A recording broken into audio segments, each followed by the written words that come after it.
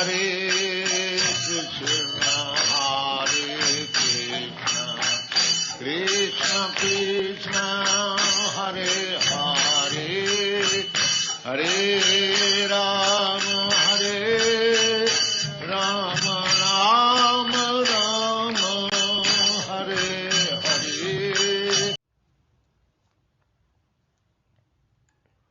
श्रील प्रभुपाद की जय, गुरु गौरांग की जय। तो आज हम हरिनाम की महिमा के ऊपर एक और चर्चा करेंगे। ये जो श्लोक आज हम लेने जा रहे हैं ये 6वां स्कंद 2रा अध्याय और 46वां श्लोक है। नातः परम कर्म निबंध कृंतनम मुमुक्षतां तीर्थपदानुकीर्तनात् न यत् पुनः कर्म सुसज्जते मनो रजस्तमोभ्याम कलिलम ततो अन्यथा।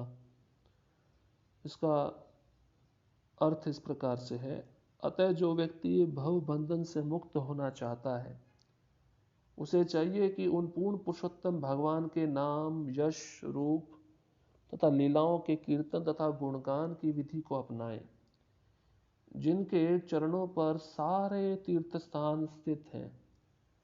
अन्य साधनों से यथा पवित्र पश्चाताप, ज्ञान, यौगिक ध्यान से उसे उचित लाभ प्राप्त नहीं हो सकता, क्योंकि ऐसी विधियों का पालन करने पर भी मनुष्य अपने मन को वश में ना कर सकने के कारण पुनः सकाम कर्म करने लगता है, क्योंकि मन प्रकृति के निम्न गुणों से यथा रजो तथा तमो गुणों से संदूषित रहता है। तो यहाँ पर इस अध्याय का शीर्षक है विष्णु दूतों द्वारा अजामिल का उद्धार। तो ये संवाद चल रहा है विष्णु दूतों और यमदूतों के मध्य में। तो यहाँ पे विष्णु दूत यमदूतों को बता रहे हैं कि जो व्यक्ति वास्तव में संसार के बंधन से मुक्त होना चाहता है तो उसे क्या करना पड़ेगा। उसे भगवान कृष्ण के नाम, यश, रूप तथा लीलाओं के कीर्तन तथा गुणगान की विधि को अपनाना होगा। इस श्लोक में एक शब्द आया है अनुकीर्तनात्। इसका अर्थ है प्रामाणिक गुरु के निर्देशानुसार कीर्तन करने की अपेक्षा। अनु मतलब प्रामाणिक गुरु के निर्देशन के अनुसार जो भी गुरुजन बताते हैं उसको स्वीकार करना, उनके आदेश के अनुसार कार्य करना, उसको कहते हैं प्रामाणिक कीर्तन। अभी बहुत सारे भक्त क्या होते हैं कि अप्रामाणिक कीर्तन भी करते हैं, जो आचार्यों ने नहीं लिखा है, जो आचार्य नहीं गाते। तो ऐसे गीतों को गाना या ऐसे भजनों को गाना जिनका कृष्ण के साथ कोई संबंध नहीं, जिनका आचार्य के साथ कोई संबंध नहीं, तो ये अप्रामाणिक भजन कहलाता है, जो प्रामाणिक गुरु के निर्देशानुसार नहीं होता। तो संसार से व्यक्ति को छूटना है तो ये विधि है, भगवान की भक्ति को स्वीकार करना पड़ेगा। और बताते हैं कि भगवान के चरण कमल कैसे हैं, ये विशेषता बताते हुए कहते हैं कि भगवान के चरण कमलों पर ही सारे तीर्थ स्थान रहते हैं। अभी कोई साधक है, जैसे बैठ गया ध्यान करने के लिए, महामंत्र का जप कर रहा है और उसके मन में कृष्ण के चरण कमल का चिंतन हो रहा है, तो मतलब वो सारे तीर्थों का भ्रमण कर रहा है, सारे तीर्थों में स्नान कर रहा है। तो क्योंकि वो सारे तीर्थ, सारे स्थान, दिव्य स्थान जिनका संबंध कृष्ण से है, वो कृष्ण के चरण कमल में ही रहते हैं। तो और दूसरे भाग में ये श्लोक कहता है कि अन्य साधनों से, अन्य साधन कौन कौन से हैं, जैसे पवित्र पश्चाताप। कर्म कांड में व्यक्ति से कोई गलती हो जाए तो उसको पश्चाताप करना पड़ता है। अगर कोई पश्चाताप कर ले तब भी वो शुद्ध नहीं हो सकता। अच्छा, ज्ञान से भी व्यक्ति शुद्ध नहीं हो सकता। ज्ञान ग्रहण कर ले, जब तक वो विज्ञान के रूप में उसको स्वीकार नहीं करेगा तब तक उसका पाप धुल नहीं सकता। और यौगिक ध्यान से, जैसे योगी लोग ध्यान लगाते हैं आंखें अर्ध खुली अर्ध बंद करके, क्योंकि उनके अंदर भौतिक सिद्धियां प्राप्त करने की इच्छा होती है। इस सिद्धि को प्राप्त करने के लिए वे ध्यान लगाते हैं, तो वो ध्यान लगाने का भी कोई लाभ प्राप्त नहीं हो सकता। और ऐसी विधियों का पालन करने पर भी मनुष्य अपने मन को वश में नहीं कर पाता। तो देखिए मन को वश में करना कितना कठिन है। कोई व्यक्ति पश्चाताप कर ले, ज्ञान ग्रहण कर ले, यौगिक ध्यान कर ले, उससे भी मन वश में नहीं आता। क्यों? क्योंकि पुनः पुनः वह मन सकाम कर्म में लगता रहता है और वह मन प्रकृति के जो निम्न गुण है, रजोगुण तथा तमोगुण से दूषित रहता है। तो हमें भक्ति को ही स्वीकार करना पड़ेगा। नरोत्तम दास ठाकुर कहते हैं, ज्ञान कांड कर्म कांड केवल विषेर भांड, नाना योनि सदा फेरे करदय भक्षण करे। ये जो कर्म कांड है, ज्ञान कांड है, केवल विष के प्याले हैं। जो भी इनको पिएगा, अर्थात जो भी इनका आश्रय ग्रहण करेगा, वह क्या करेगा? वह नरक में जाएगा और सीधे तौर से विष पिएगा, विष का पान करेगा। इसलिए इनसे जो श्रेष्ठ है वो भक्ति मार्ग है। भक्ति में भगवान के श्रवण कीर्तन पे ज़्यादा साधक को ध्यान देना चाहिए, भगवान के विषय में ज़्यादा सुनना चाहिए, उनका कीर्तन करना चाहिए। इसलिए यहाँ पे बताया गया अनुकीर्तनात्। हाँ, जब तक कोई भक्त भगवान के पवित्र नाम, यश, रूप तथा लीलाओं का कीर्तन नहीं करेगा, उनका गुणगान की विधि को स्वीकार नहीं करेगा, तब तक उसका मन उसके वश में नहीं होने वाला। तो आज सुनते हैं प्रभुपाद जी तात्पर्य में क्या कहते हैं। वस्तुतः ये देखा गया है कि तथाकथित सिद्धि प्राप्त कर लेने के बाद भी अनेक कर्मी, ज्ञानी तथा योगी पुनः भौतिक कर्मों में लिप्त हो जाते हैं। अनेक तथाकथित स्वामी तथा योगी भौतिक कर्मों को मिथ्या कहकर त्याग देते हैं, जगन मिथ्या, किंतु तो भी कुछ काल बाद वह पुनः अस्पताल तथा पाठशालाएं खोलने या जनता के लाभ हेतु अन्य कार्य जैसे भौतिक कार्य करने लगते हैं। कभी कभी वे राजनीति में भाग लेते हैं। यद्यपि वे मिथ्या ही अपने आप को सन्यासी घोषित करते हैं, किंतु सम्यक निष्कर्ष तो यह है कि यदि कोई वास्तव में भौतिक जगत से बाहर निकलने का इच्छुक है तो उसे भक्ति ग्रहण करनी चाहिए, जिसका शुभ आरंभ श्रवणम कीर्तनम विष्णु अर्थात भगवान की महिमा के कीर्तन तथा श्रवण से होता है। प्रभुपाद जी तात्पर्य में बता रहे हैं कि हम देखते हैं कि तथाकथित सिद्धि प्राप्त कर लेने के बाद भी जो अनेक ज्ञानी होते हैं, कर्मी होते हैं, योगी होते हैं, फिर भौतिक कर्मों में लग जाते हैं। इतनी बड़ी बड़ी योग सिद्धि प्राप्त कर ली, फिर भी भौतिक कर्मों के प्रति उनकी आसक्ति खत्म नहीं होती। और कितने बड़े बड़े सन्यासी भी होते हैं, स्वामी होते हैं, और भौतिक कर्मों को मिथ्या कहकर त्याग देते हैं। जबकि क्या कहा गया है, हालांकि ये जगत कृष्ण से उत्पन्न है, पर इसको कृष्ण से हमें अलग नहीं मानना चाहिए। जो व्यक्ति इसको कृष्ण से अलग मानता है तो निश्चित रूप से संसार की प्रत्येक वस्तु पे भोग की भावना को ग्रहण करेगा, और जो व्यक्ति इस संसार को कृष्ण से संबंधित मानता है वह भक्त माना जाता है और प्रत्येक वस्तु को कृष्ण की सेवा में लगाता है। तो हमें कुछ भी वस्तु यहाँ पर भौतिक कर्म समझकर त्यागनी नहीं है, वो भगवान की बहिरंगा शक्ति है और उसको भगवान की सेवा में ही हमें अर्पित करना पड़ेगा। और ये करने से हम क्या होगा कि हमारा जो संसार का प्रति आसक्ति है, उस वस्तु के प्रति जो आसक्ति है, और वो छूट जाएगा, क्योंकि आसक्ति हमारे विषयों का मूल जड़ है। जब तक आसक्ति भौतिक संसार से नहीं जाएगा तब तक हम भवसागर को पार नहीं कर पाएंगे। आसक्ति कैसे जाएगा? उस वस्तु को भगवान की सेवा में लगाकर। जैसे भक्तिविनोद ठाकुर कहते हैं कि मैं गृहस्थ हूँ और मेरा जो कुछ भी है वो कृष्ण आपका है। मानस देहग जो किछु मोरा अर्पिलु तुआ पदे नंद किशोरा।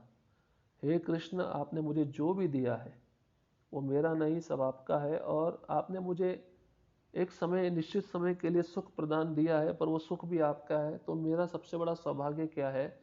उन सभी वस्तुओं को, उस सब सुखमय सुविधाओं को आपकी सेवा में लगाकर मैं स्वयं परम प्रसन्न होऊंगा और इस संसार से मुक्त हो जाऊंगा। तो देखिए, भगवान की भक्ति विधि इतनी श्रेष्ठ है कि वो करने से मन क्यों वश में हो जाता है।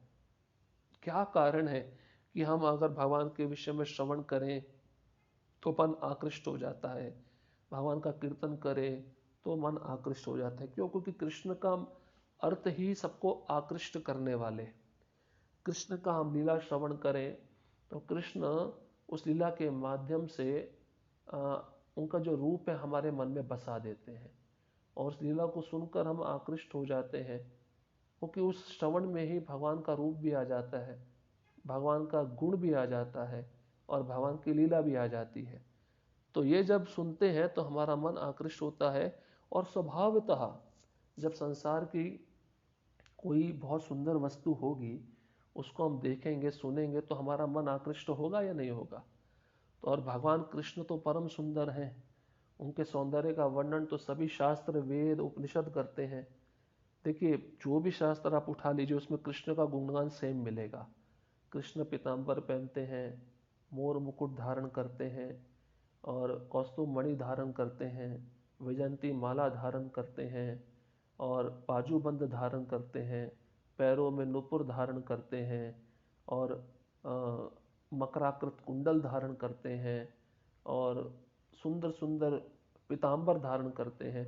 तो हम देख सकते हैं कि शास्त्र का कोई भी उपकरण आप लोगे तो कृष्ण का एक जैसा ही सौंदर्य का वर्णन करता है। तो इसका अर्थ ये है कि कृष्ण परम सत्य है, और कृष्ण को जान लेने पे हम मुक्त हो जाएंगे। तो श्रवण की महिमा इतनी बताई गई है कि जब कोई श्रवण करता है, जिस प्रकार से आप देखिए प्रहलाद महाराज अपनी माँ के गर्भ में श्रवण किए, वो मुक्त हो गए। ध्रुव महाराज नारद मुनि से श्रवण किए, वो मुक्त हो गए। ऐसे शास्त्र में कितने सारे उदाहरण हैं। उन उदाहरणों से हम समझ सकते हैं कि श्रवण का महत्व कितना है। यहाँ तक कि जो ब्रज में कर्मकांडी ब्राह्मण थे, उनकी जो पत्नियां थी वो कभी कृष्ण को देखी नहीं थी, तो किस प्रकार से आकृष्ट हो गई उनके बारे में सुनने से, श्रवण से। ब्रज से बहुत सारी बालाएं, बहुत सारे बालक युवा जब अपना दही दूध बेचने के लिए अनेक अनेक स्थानों पर जाते थे तो वो कृष्ण का गुणगान करते थे। वास्तव में विधि यही है, जब व्यक्ति को मनुष्य देह मिलता है तो अपना उसको कर्म भी करना है, पर साथ ही साथ कृष्ण का गुणगान भी करना है। तो कृष्ण का गुणगान वह कर्मकांडी ब्राह्मण की पत्नियां श्रवण करती थी, और कृष्ण के रूप के प्रति आकृष्ट हो गई सुन सुनकर, श्रवण करके। और श्रवण से ही भवबंधन से व्यक्ति छूट जाता है। और जब श्रवण कर ली तो चिंतन करती थी कृष्ण के रूप का, इतना चिंतन करती थी उनसे रहा नहीं जाता था। उनका मन में इतना उत्सुकता होता था कि हम कृष्ण को कब देखेंगे, कृष्ण को कब हम पहचानेंगे। कृष्ण का रूप यही इतना सुंदर है, इस संसार के प्रत्येक जीव को मोहने वाला है। अगर वह रूप हम देख लेंगे तो हम इस संसार में कभी भी किसी भौतिक वस्तु के प्रति आसक्त नहीं रहेंगी। आप रुक्मिणी माता का उदाहरण देख लीजिए। रुक्मिणी माता तो स्वयं शक्ति है, भगवान की आदि लक्ष्मी है, पर वो क्या सिखा रही हैं, उन्होंने कभी कृष्ण को देखा नहीं था। जब छोटी थी उनके महल में नारद मुनि अन्य संत आकर कृष्ण के नाम रूप यश उनकी लीलाओं का दिव्य गुणगान करते थे। तो रुक्मिणी माता बहुत छोटी होकर जब सुनती थी तो उनका मन कृष्ण के प्रति आकृष्ट हो गया, और उन्होंने कहा कि अगर मैं विवाह करूंगी तो कृष्ण से ही करूंगी। तो ऐसे अनेक उदाहरण है शास्त्र में। भगवान के श्रवण की महिमा बहुत है।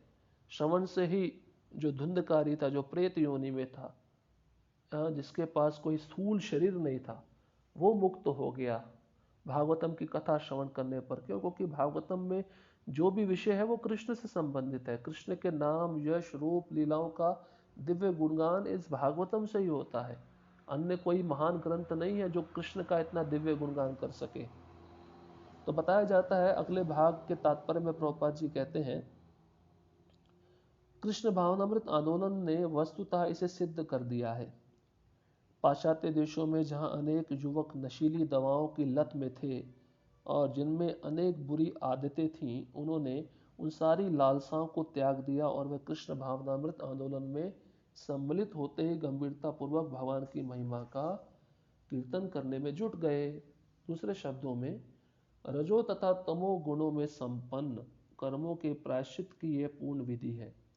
श्रीमद् भागवतम के प्रथम स्कंद के द्वितीय अध्याय के 19वें श्लोक में कहा गया है, तदा रजस्तमो भावा कामलोभादयश्च ये चेत एतेरनाविद्धम स्थितम सत्वे प्रसीदति।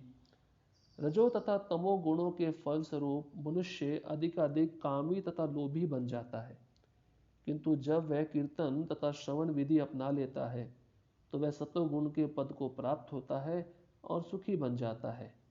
ज्यों ज्यों वह भक्ति में प्रगति करता है, उसके सारे संशय पूर्णतया नष्ट हो जाते हैं। भिद्यते हृदय ग्रंथिश्छिद्यन्ते सर्व संशया। इस तरह सकाम कर्मों के लिए उसकी इच्छा रूपी ग्रंथि छिन्न भिन्न हो जाती है। तो प्रभुपाद जी तात्पर्य के दूसरे भाग में कहते हैं कि हमारी जो संस्था है इस्कॉन, जिसको कहते हैं अंतर्राष्ट्रीय श्री कृष्ण भावनामृत आंदोलन, तो इस संस्था ने सिद्ध कर दिया है श्रवण और कीर्तन के माध्यम से कि पाश्चात्य जगत में जो प्रभुपाद जी प्रचार किए, वह जो युवक थे उनको तो कृष्ण के विषय में कुछ भी पता नहीं था, उनको तो वैदिक संस्कृति के विषय में कुछ भी पता नहीं था। तो उनके अंदर बहुत बुरी आदतें थी और नशीली दवाओं में हमेशा उसके लत में लगे रहते थे, उसको सेवन करते थे। पर उन जैसे युवकों को भी इस कृष्ण भावनामृत आंदोलन ने उनको उनकी नारकीय स्थिति से निकाल लिया। उनके अंदर जो भौतिक वासनाएं थी, इस नाम ने, दिव्य नाम ने, कृष्ण के नाम ने, कृष्ण की लीलाओं ने, कृष्ण के यश ने, कृष्ण के गुणों ने उन सभी युवकों को उस भौतिक इच्छाओं की सारी लालसाओं से उबार लिया। और जब वह युवक कृष्ण भावनामृत आंदोलन में और गंभीर हो गए, उसमें सम्मिलित हो गए और गंभीरता से भगवान की महिमा का गायन करने लगे, यश का गुणगान करने लगे, तो वह पूर्ण रूप से रजो तथा तमो गुण से मुक्त हो गए। और प्रभुपाद कहते हैं भक्ति की विधि ही वास्तव में असली प्रायश्चित की विधि है। आप कुछ भी बुरा कर्म की और प्रायश्चित करोगे तो आपके मन से वासना नहीं जाने वाली, उसका जड़ बना रहेगा वो पाप को दोबारा करने के लिए। परंतु भक्ति की विधि ऐसी है, भगवान का नाम ऐसा है, अगर कोई जीवात्मा एक बार भी लेता है तो वह पूर्ण रूप से प्रायश्चित कर लेता है, उसको अन्य प्रकार से कोई प्रायश्चित करने की आवश्यकता नहीं है। तो प्रभुपाद जी अपने तात्पर्य में एक और भागवतम का श्लोक देते हैं जो ये बताता है कि रजो तथा तमो गुण, जब कामी और लोभी व्यक्ति इसमें अधिक ग्रस्त हो जाता है, और उसके कारण क्या होता है, रजोगुणी क्या बनता है, ज़्यादा कामी बनता है और तमोगुणी ज़्यादा लोभी बनता है। आपने अनुभव भी किया होगा, रजोगुण से काम बढ़ता है और तमोगुण से लोभ बढ़ता है। जब व्यक्ति का इच्छा पूरा नहीं होता तो उसमें क्रोध आता है और जब उसकी इच्छा पूरा हो जाता तो लोभ आता है। तो बताया जाता है कि जब कोई व्यक्ति श्रवण और कीर्तन करता है, इस विधि को अपनाता है, तो वो आसानी से रजो तथा तमोगुण से मुक्त हो जाएगा। और फिर कौन सा तीसरा गुण है जिसमें वो स्थित होगा, वो है सत्वगुण। सत्वगुण में स्थित हो गया तो उसके लिए बहुत आसान हो जाता है, क्योंकि सत्वगुण का लक्षण है ज्ञान। ज्ञान का मतलब है क्या सही और क्या गलत है, उसको ये ज्ञान की भावना रहती है। और सत्वगुण हमेशा सुख प्रदान करता है। भगवद गीता में भगवान कृष्ण तीनों गुणों के अलग अलग लक्षण बताए हैं। तो ब्राह्मण जो होता है वो हमेशा सत्वगुण में रहता है, इसलिए सात्विक क्रिया करनी चाहिए, सत्वगुणी खाना चाहिए और सत्वगुणी होना चाहिए। वो कैसे हो सकता है, जब आप ब्रह्म मुहूर्त में सुबह जल्दी उठो, भगवान नाम का जप करो, भागवतम श्रवण करो, तो ये क्रियाएं सब कृष्ण से संबंधित हैं, आपको सत्वगुण से भी ऊपर उठा देंगी। प्रभुपाद जी उदाहरण बताते हैं, जब कोई किसी को विमान पकड़ना हो तो उसको एयरपोर्ट पर जाना पड़ेगा, उसके घर पे विमान नहीं आएगा। उसी प्रकार से अगर किसी को भगवत धाम जाना तो पहले सत्वगुण में आना पड़ेगा। अगर कोई व्यक्ति ऐसा सोचता है कि रजोगुण तमोगुण में रहकर मैं भगवत धाम चला जाऊंगा, तो ये वैसा ही होगा जैसे कोई व्यक्ति घर में बैठा है, उसका टिकट है विमान का और वह सोचे विमान मुझे घर में ही लेने के लिए आए, ये संभव नहीं है। तो और जब हम श्रवण और कीर्तन की विधि अपनाते हैं तो प्रभुपाद बोलते हैं व्यक्ति सत्वगुण में तो स्थित होता ही है, और जैसे जैसे वह आगे बढ़ता है भक्ति में तो उसके सारे संशय नष्ट हो जाते हैं। संशय मतलब भक्ति से संबंधित जो भी संशय होते हैं कि मैं ये जो कर रहा हूँ सही कर रहा हूँ क्या, मैं गलत तो नहीं कर रहा, तो ये भाव उसमें नहीं रहता है। भिद्यते हृदय ग्रंथिश्छिद्यन्ते सर्व संशया। उसके हृदय में जितनी भी गांठ है, एक गांठ का मतलब क्या है, जो भौतिक वासनाएं है ना, भौतिक इच्छाएं जो हमें संसार से बांध कर रखी हैं। तो भौतिक इच्छाएं कौन कौन सी है, परिवार, संपत्ति, पत्नी, घर, दोस्त, मित्र, परिजन, धन, ये सब भौतिक इच्छाएं हैं, उसमें पड़ी रहती है। इसको कैसे करना है, कैसे कमाना है, तो ये जब व्यक्ति इस भक्ति की विधि में लगेगा तो उसका ये सब सर्वनाश हो जाएगा। क्या सर्वनाश होगा? उसका अनर्थों का सर्वनाश हो जाएगा। ये ग्रंथि है, ग्रंथि गांठ पे गांठ लगाओ तो बड़ा कठिन होता है खोलना, और व्यक्ति अगर इस ग्रंथि में पढ़ता रहा तो बड़ा कठिन हो जाता है उसके लिए खोलना, फिर वो बाहर नहीं निकल सकता। कल आपको रेशमी वस्त्र का जो कीड़ा होता है जिससे वस्त्र बनता है रेशम का, तो रेशम का कीड़ा होता है, उसी में से लार निकाल निकाल के फंस जाता है। उसी प्रकार से जो भौतिकतावादी व्यक्ति होता है अपनी इच्छाओं के कारण मर जाता है। और सकाम कर्मों रूपी की जो ग्रंथि है, सकाम मतलब जो कार्य कर रहा है पर फल की इच्छा से कर रहा है, तो वो जो कार्य उसको बंधन में बांधने वाला है। जो भी कार्य हम कृष्ण के लिए करते हैं वो बंधन से मुक्त करता है, और जो भी कार्य हम अपने लिए करते हैं वो हमें बंधन में बांध देता है। तो हमें बहुत ही गंभीरता पूर्वक जो अनुकूल है उसको स्वीकार करना पड़ेगा और प्रतिकूल को त्यागना पड़ेगा। तो आज के श्लोक में प्रभुपाद जी यही हमको समझाए कि भगवान का जो भक्ति का विधि है, श्रवण कीर्तन, अर्थात जो भगवान का नाम, यश, रूप, लीलाएं हैं, उसका व्यक्ति जितना गुणगान करेगा उतना वह संसार के बंधनों से मुक्त होगा, और ऐसा करने पे ही उसके मन उसके वश में होगा, और जो निम्न गुण है रजोगुण तमोगुण से वो दूषित कभी भी नहीं रहेगा। उसको हमेशा के लिए उसमें लगे रहना पड़ेगा। हाँ, तो प्रयास करिए, भगवान की भक्ति ज़्यादा से ज़्यादा करिए, भगवान का आश्रय लीजिए, नाम ग्रहण करिए। यही हमारे मनुष्य जीवन का परम उद्देश्य है। श्रील प्रभुपाद की जय। गुरु गौरांग की जय।